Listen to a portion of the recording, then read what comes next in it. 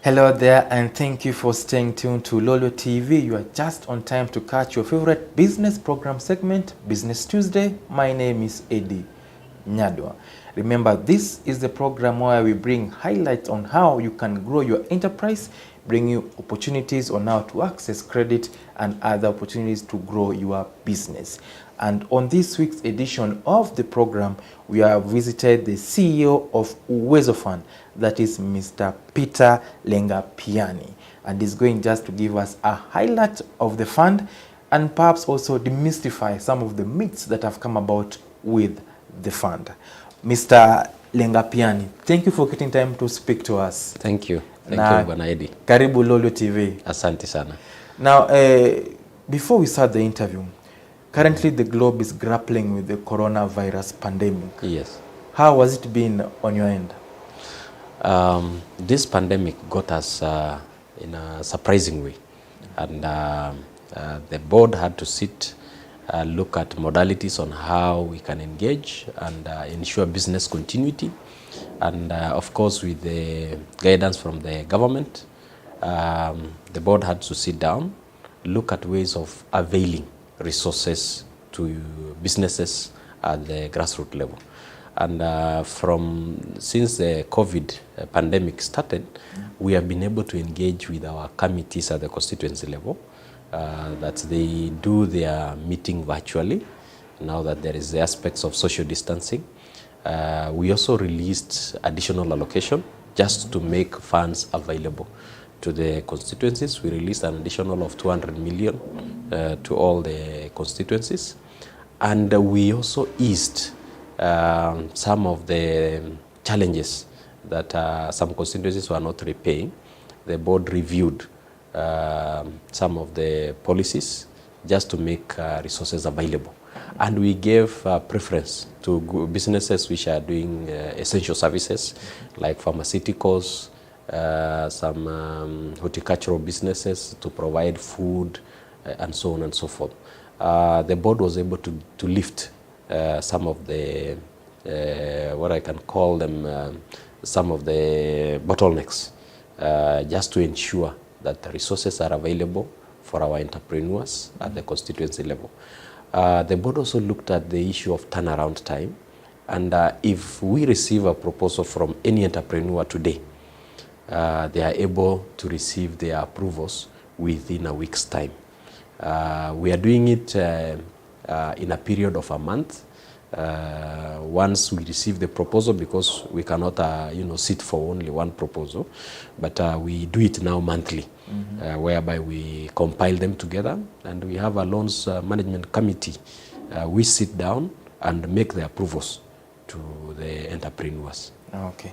Now, this fund was specifically created by the president when he pledged about it in 2013, and its main objective was to support the youth, women, and people living with disabilities to expand and grow their business enterprises. Now, since its inception in 2013, we are now in 2020. How much are we speaking about that has been disbursed to this category of individuals? It is true, Eddy, when this fund started, and when it was unveiled by His Excellency the President, it was meant to reach the lowest in the pyramid. These are the people who don't even know what a bank account is, what a loan is. These are the mama mbogas, the mama maziwas, the lowest, who used to put the money in the pillows and the likes. When this fund was started, basically is to ensure that we are able to reach them. The only security that we have put in place is that social security. You need to be in a group for you to access funding. We don't ask for title deeds, we don't ask for logbooks, we don't ask for any collateral. So once you are in a group, then you can access this money. And when the fund was unveiled by His Excellency the President in 2013, a lot has happened. And if you remember, the money which was set aside for Iran, the 6 billion which was set aside for Iran, has been disbursed to all the constituencies.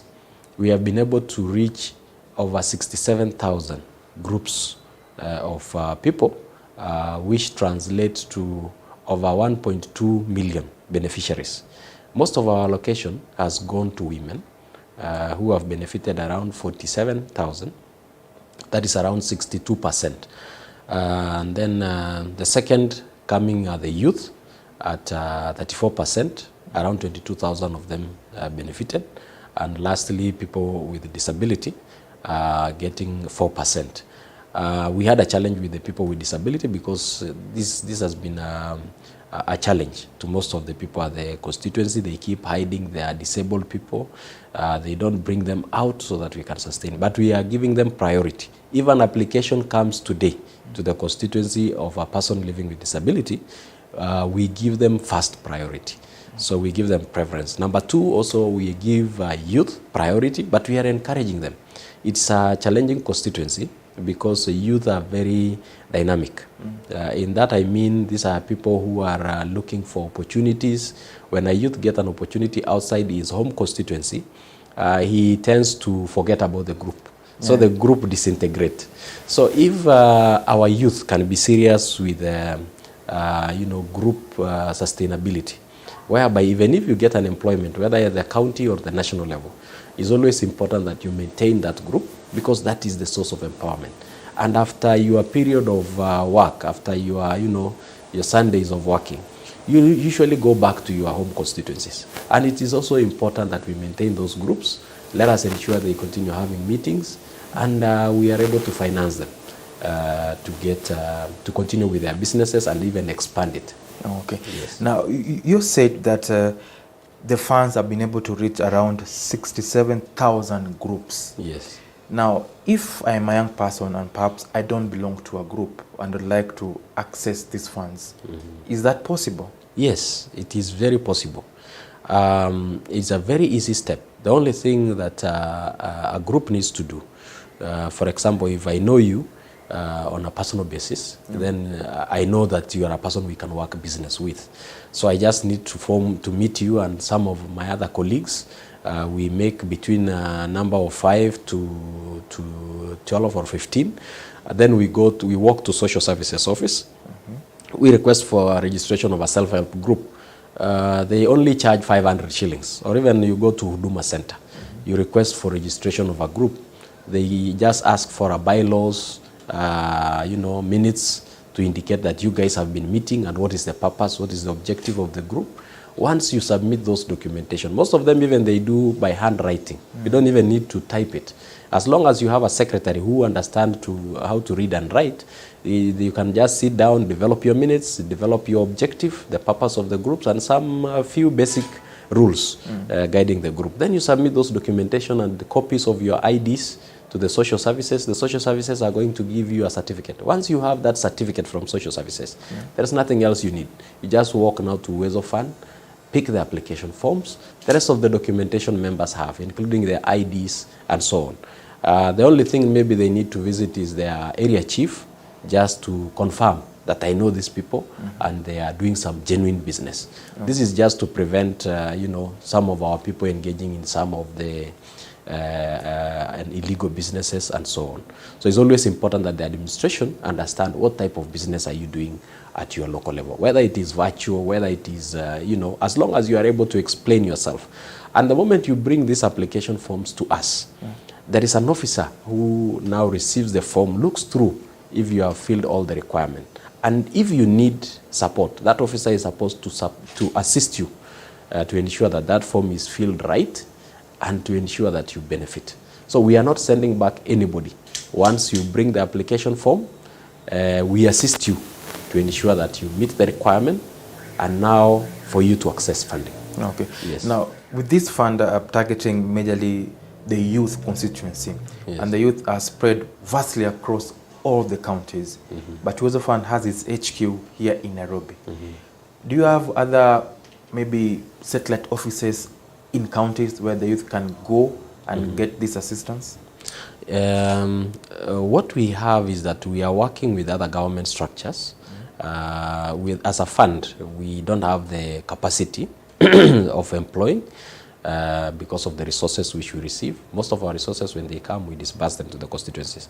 But the regulation provides that we work with the existing government structures. At the constituency level, we work with the youth officer, we work with the fund account manager, NGCDF fund account manager, to provide secretarial services, and the sub-county accountant. These are the officers now at the sub-county level who provide secretarial services. At the county level, we have the county gender officer who also oversees the activity of the fund.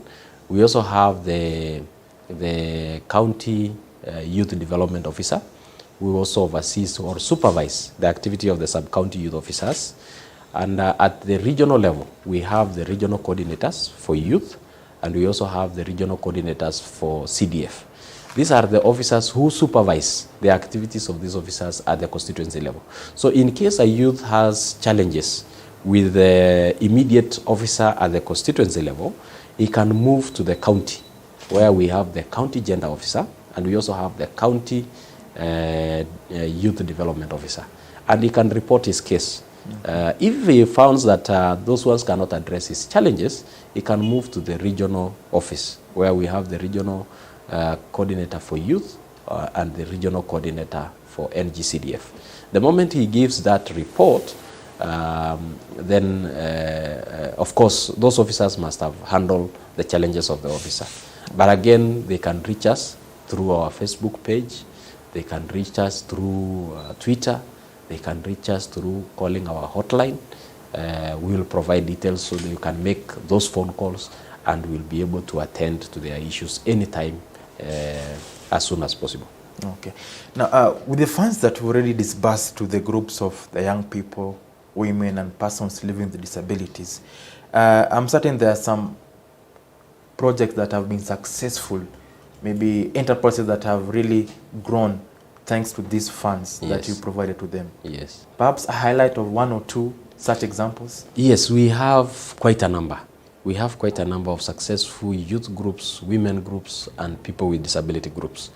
And one case in point, there is a women group in Gatundu, which is doing water, bottling of water. And they supply water within the Kiambu County, even in Nairobi metropolis. They get supplies to Nairobi metropolis. And it's one of successful groups that we are proud to be associated with. We also have an horticultural group in Githunguri of young people who are doing greenhouse farming, and they are doing capsicum, very nice and succulent capsicum. And they are supplying, the rest of the metropoles with their products. We have also a youth group in Narok, which is doing yogurt. They call Maui Yogo. They have some animals, and they have started having some equipments, and they are doing some value addition. So they are the products they are getting from these animals, they are adding value so that they can be able to sell milk. When you go to the market and sell milk like anybody else, maybe nobody can buy. But the moment you add value, it brings a lot of transformation. You go all the way to West Pokot. It's a group of women who borrowed only 100,000 shillings. And they were able to supply maize in the local markets. These women were able to repay this money, and they borrowed more again.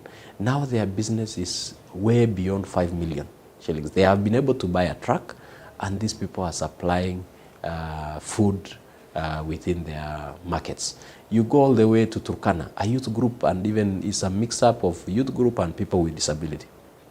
And they provide, they get actually their chicks from Nairobi. They fly them all the way from Nairobi to Turkana.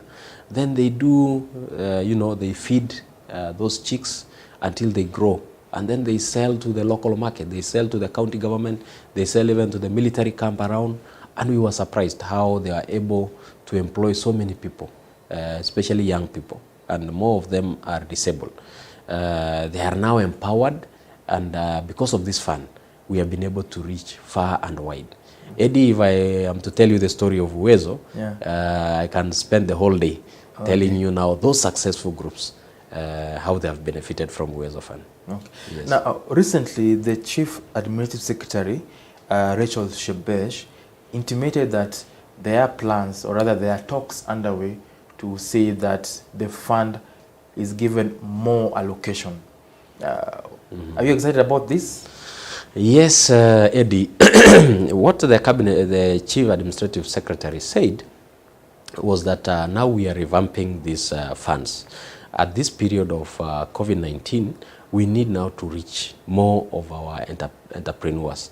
And even with the directive from head of state, he indicated that let us reach to these people. Let us ease the pains caused by this pandemic. And that is the reason why we sat down together with the board of Uwezo.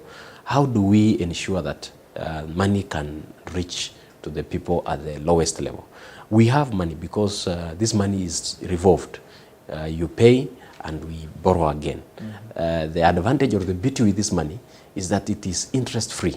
You see, if you come and collect 100,000 from Uwezo, you pay back as 100,000. And again, we give you quite some time before you start repaying. For instance, in March, we gave over 255 million to youth, women, and people with disability. We dispersed just to cushion against the COVID-19. From then, March, today we are in September. They have not even started repaying. We give them a grace period of 6 months. So that means we give them ample time just to recover from this and make some more profit. And the moment now they start paying us, they're paying us without any interest. That means the profit they retain with themselves just to make their businesses grow and expand. Okay. Yes. I'm certain in your journey to work with the youth, it has not been an easy ride. Some have been very obedient and observing the regulations and guidelines to repay the loans. Some are a bit notorious and are not paying on time or must be back to repay the loans. What are some of the other challenges that you faced so far? The main challenge, especially for the youth constituency, is that issue of not maintaining their groups. And that has been quite a challenge, cutting across. And our young people, they are very entrepreneurial and they are people who even think ahead. And if we can harness that energy of our young people so that they can also be able to follow these basic procedures. As I told you earlier, accessing Uwezo Fund is as easy as 1, 2, 3. Just registering your group, picking the application form and dropping to the respective office. Once you are done, then you wait for your application and your money. Most of our young people have been conned, in social media and in people out there pretending to be providing loans to our young people.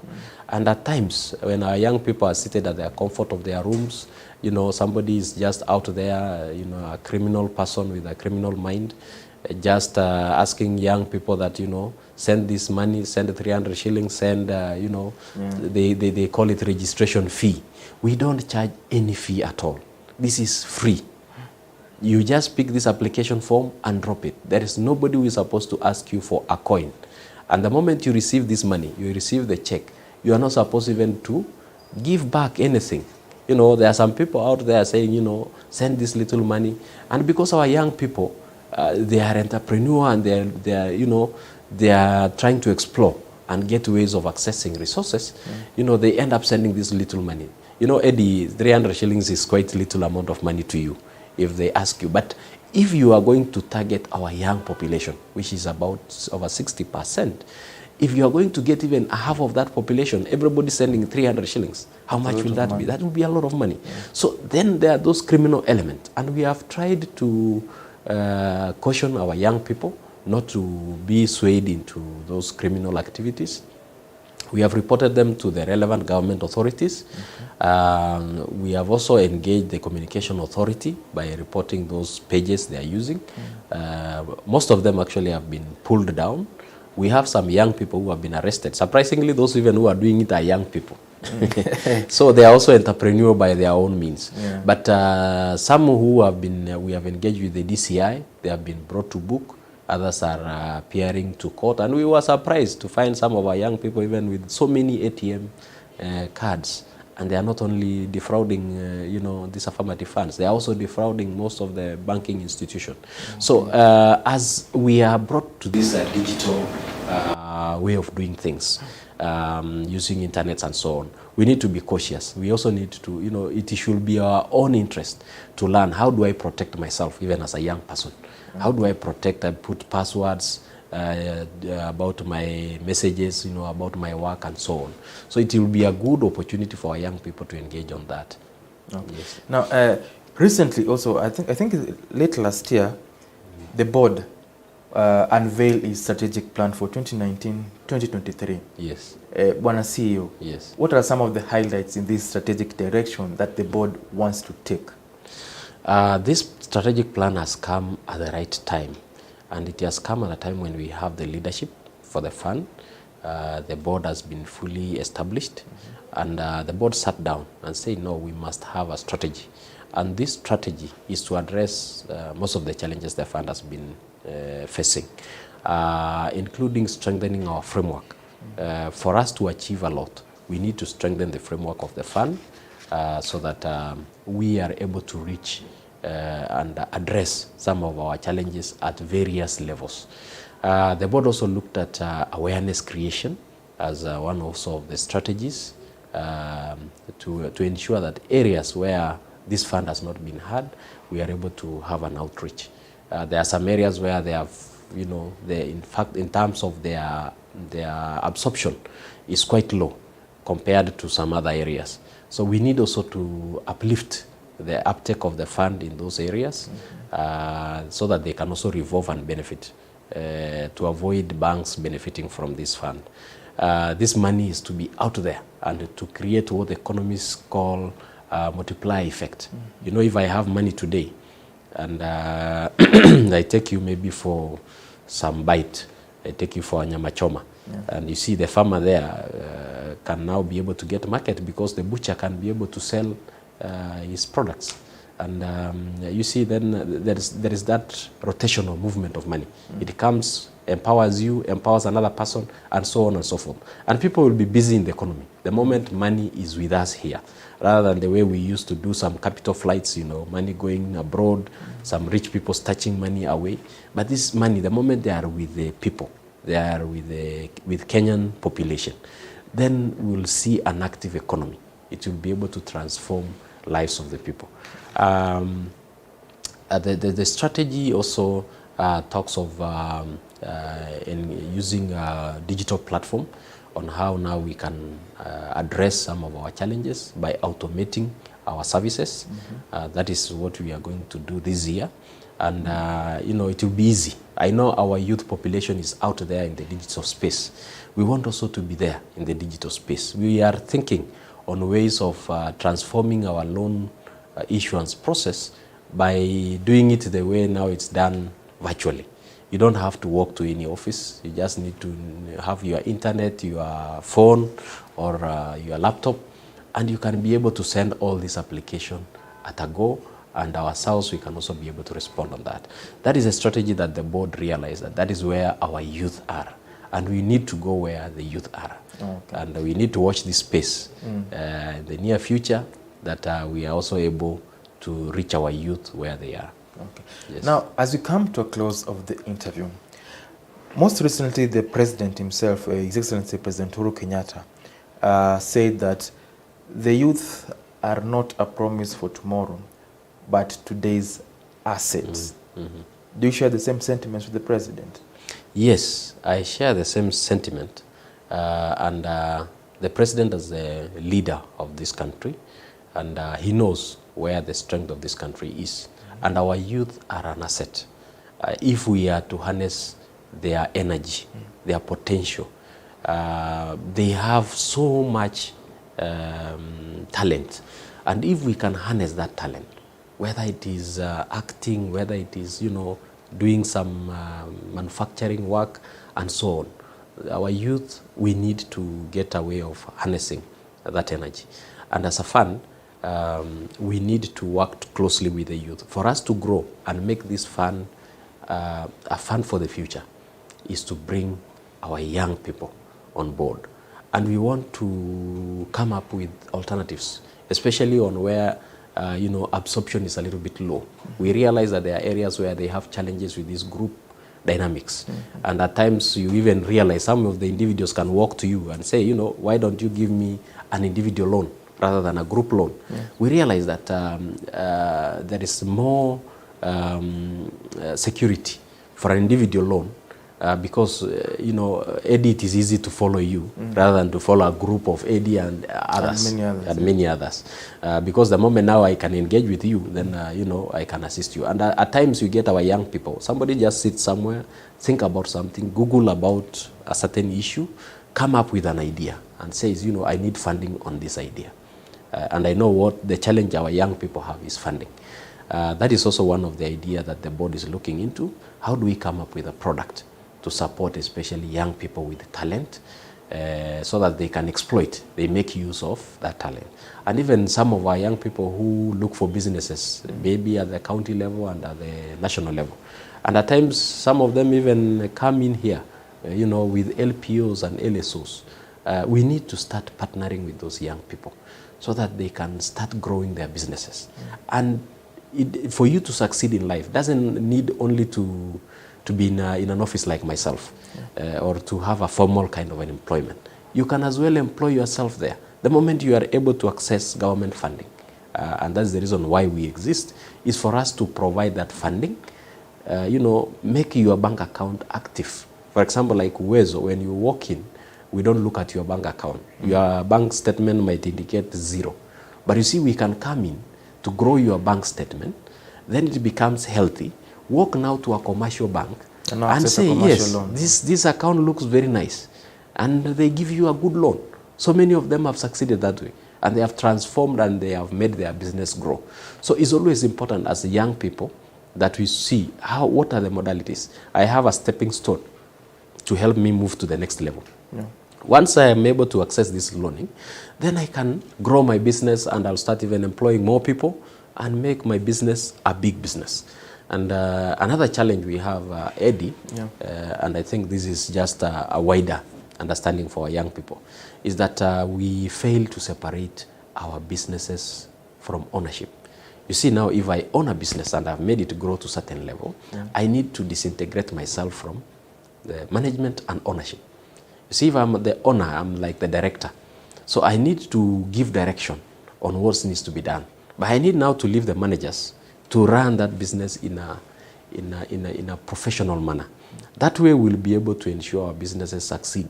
And we have several cases in point in this country where big businesses have come collapsing, like the Nakumat, and now we are talking about the Tuskies and so on, because of the thin line for the separation between ownership and management. We can start from that low level. I have a small, chicken business.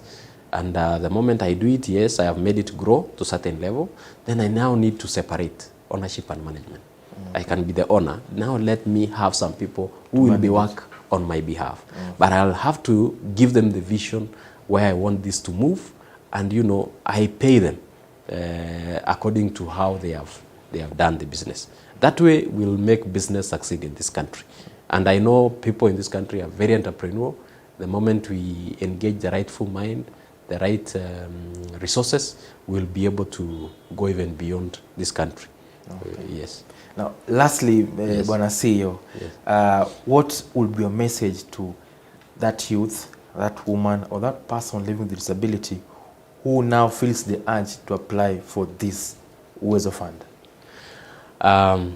Uwezo Fund is a fund for youth, women, and people with disability. This fund is created to achieve the requirement of the Vision 2030. This is a flagship project. And when the government started this, is because our young people, youth and women, and people living with disability were considered they are unable to access credit because they don't own land, they don't own vehicles, they don't own animals. That is a fact as Africans. Most of the resources are owned by men. And our young people, women, and people with disability were considered as they were owned by men instead.